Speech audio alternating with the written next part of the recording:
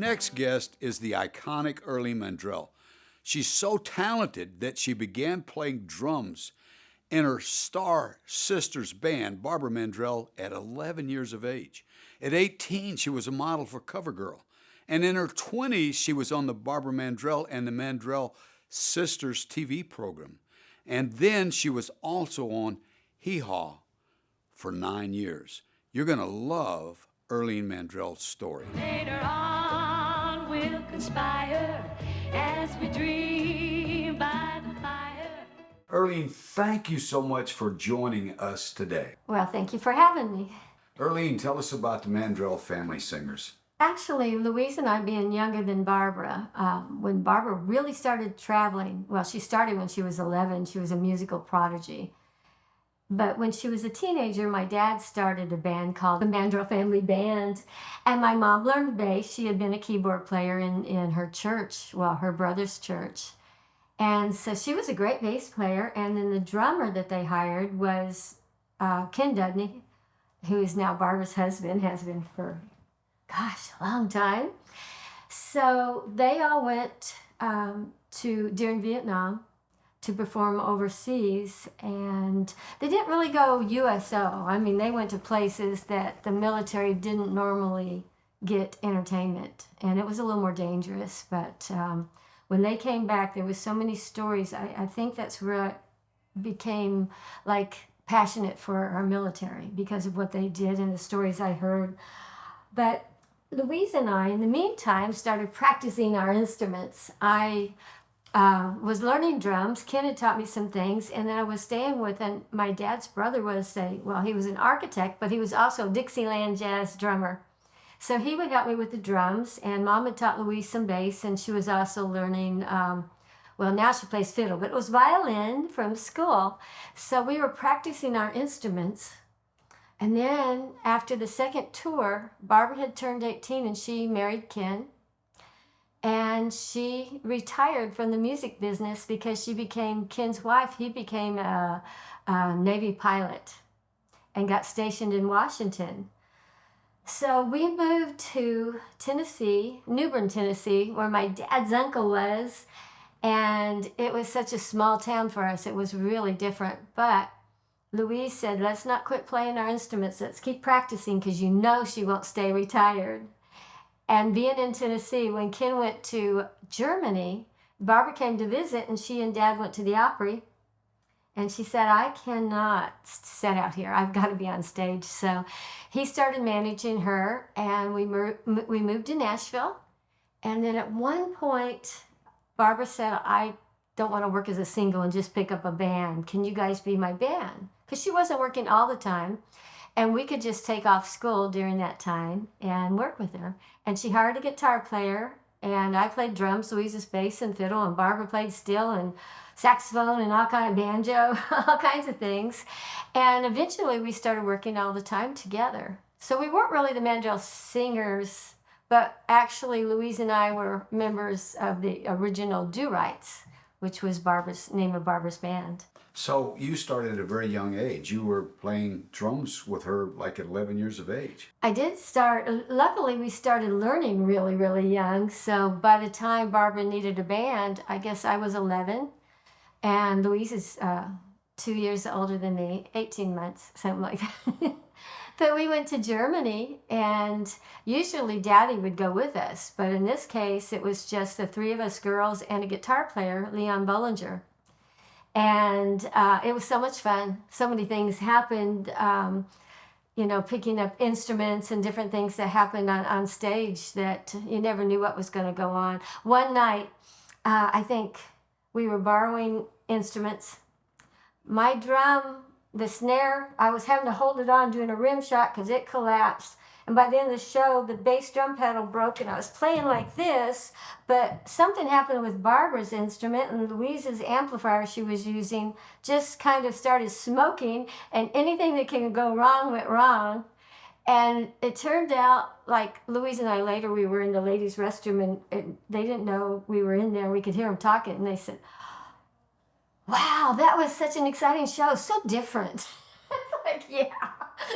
You know, we didn't crash our guitars, but just about. But we had so much that happened between us. I think that was a really great bonding period for all of us. And Barbara was expecting her oldest child at the time. So we were sharing a room, and she would wake up, you know, it was like, massage my leg, I'm getting a cramp and all that. So we ended up staying longer because they booked more shows.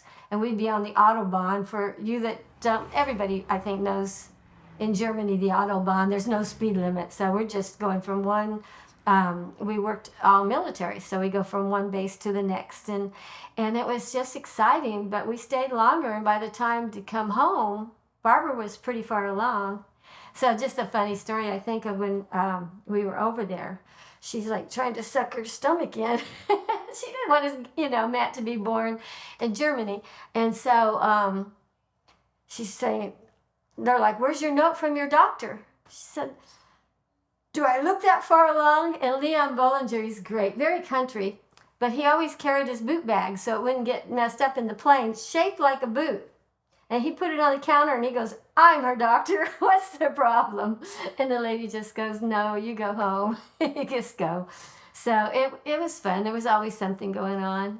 And, you know, we're still pretty close. And there's so many things growing up on the road. Even after that, when you have a bus that you're all traveling on from date to date, it's instead of getting up and just, you know, dinner and everybody having a family dinner, which is wonderful.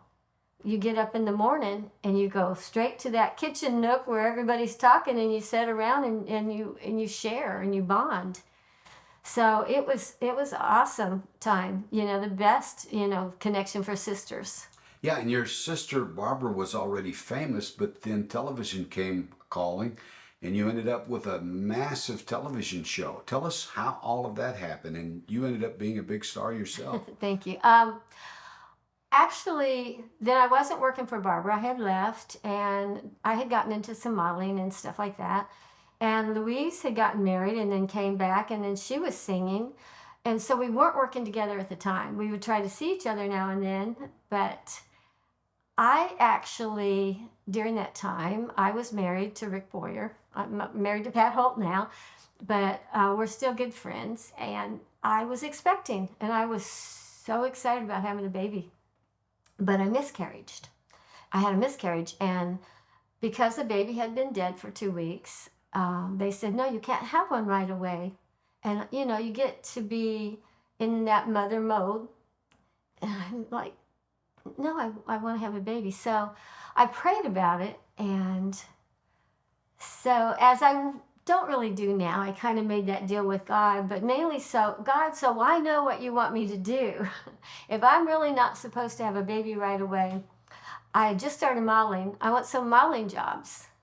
And so, like right away, I started getting calls that I hadn't gotten before, and I just got my composite out there, and I got an ad for Will and Jennings' Greatest Hits, and it was really cool. It was a full color on Cashbox. And a waterbed store. I got CoverGirl shoes. Just everything came up within a couple months. And it usually doesn't happen that fast.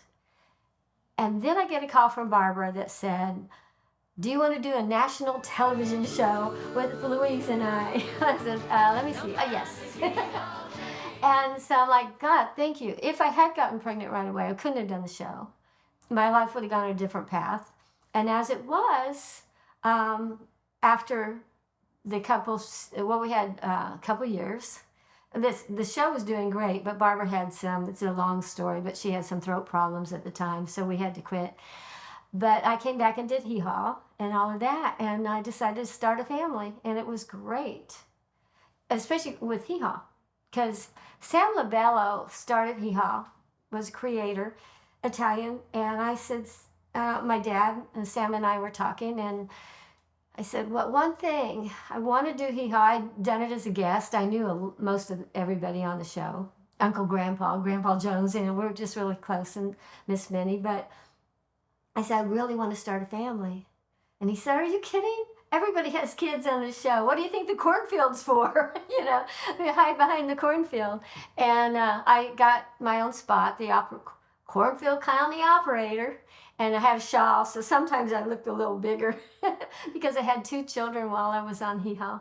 But it's great the path that God helps you go through if you listen and you try to follow the direction He's leading you. Yeah, and you've mentioned prayer and God a couple times, so evidently you're a woman of faith. Even more and more all the time. It's great how it grows.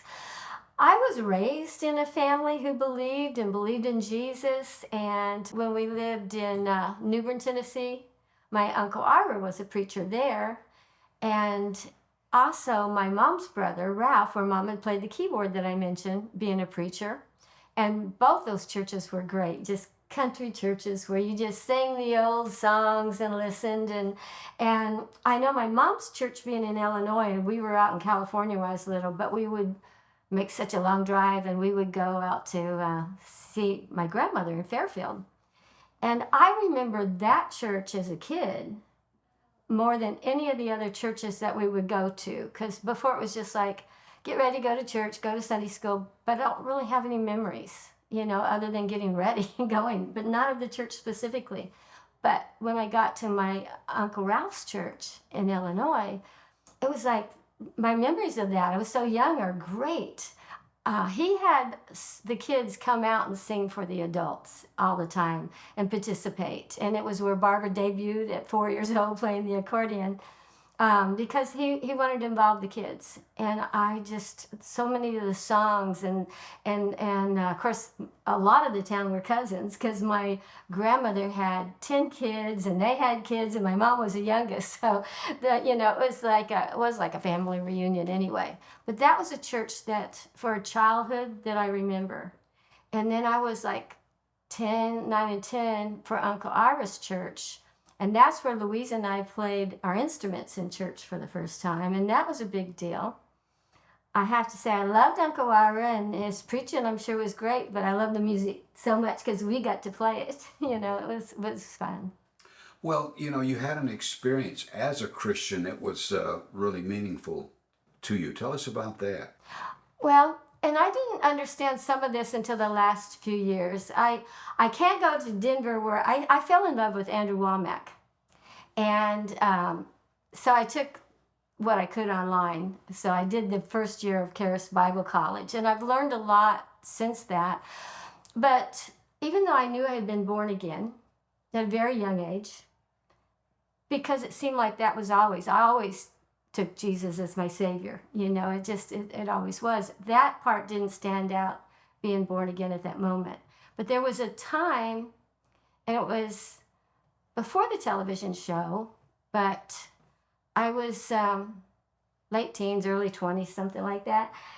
And I was upset about something a little bit, so I started praying. And then I thought, well, I wanted to speak in tongues, because I had heard that that's a good way of connecting with Jesus, and you don't always know what you're saying, but it's something that's supposed to make you feel good. So I prayed for that, and then I started speaking in tongues, and I just kept doing it. But in the meantime, as I'm praying, I could feel like my spirit was floating around the room. I'll try to think about it. It was such a really good feeling, and it's like if you're flying, but only you're here, but you feel like part of you is flying around. It was just an incredible feeling. So I just thought that was an experience from speaking in tongues. And I told my preacher, which I had a preacher at that point, was the first preacher that I really knew that just preached the love of God and the love of Jesus. And I asked him about it. And I said, after that, I could speak in tongues, but it wasn't the same feeling. And, well, as it turned out, I was thinking it was just I had to focus more on God and less on tongues, which is probably true. But I didn't realize that the baptism of the Holy Spirit was separate than being born again, and that I was experiencing that. And it's wonderful, and I've gotten to talk to a lot of people since about that, because I have a radio show called God Reigns Miracles. And quite a few different people have talked about getting baptized in the Holy Spirit, and how, some of them just like, I couldn't even stand up. It was so powerful. And just everybody experienced it in different ways, but it's always amazing and always good. And so it was so neat to find out what that was. but I always remember it. Well, in addition to the radio program, what are you doing today? Well, I started recording. I didn't really sing that much growing up because when I got back on drums and I was young and I felt like I just wanted to be a good drummer and I focused on that. But about, how many years have I been married? 8 years, about 9 years ago. I would go off and do meet and greets and different charities and stuff. And I had sang and stuff on Louise's Christmas show and things. But I was talking to somebody about doing a charity for veterans.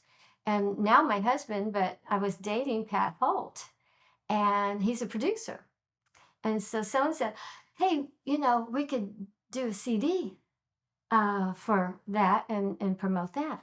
And I'm like, well, I'm not recording. I don't record.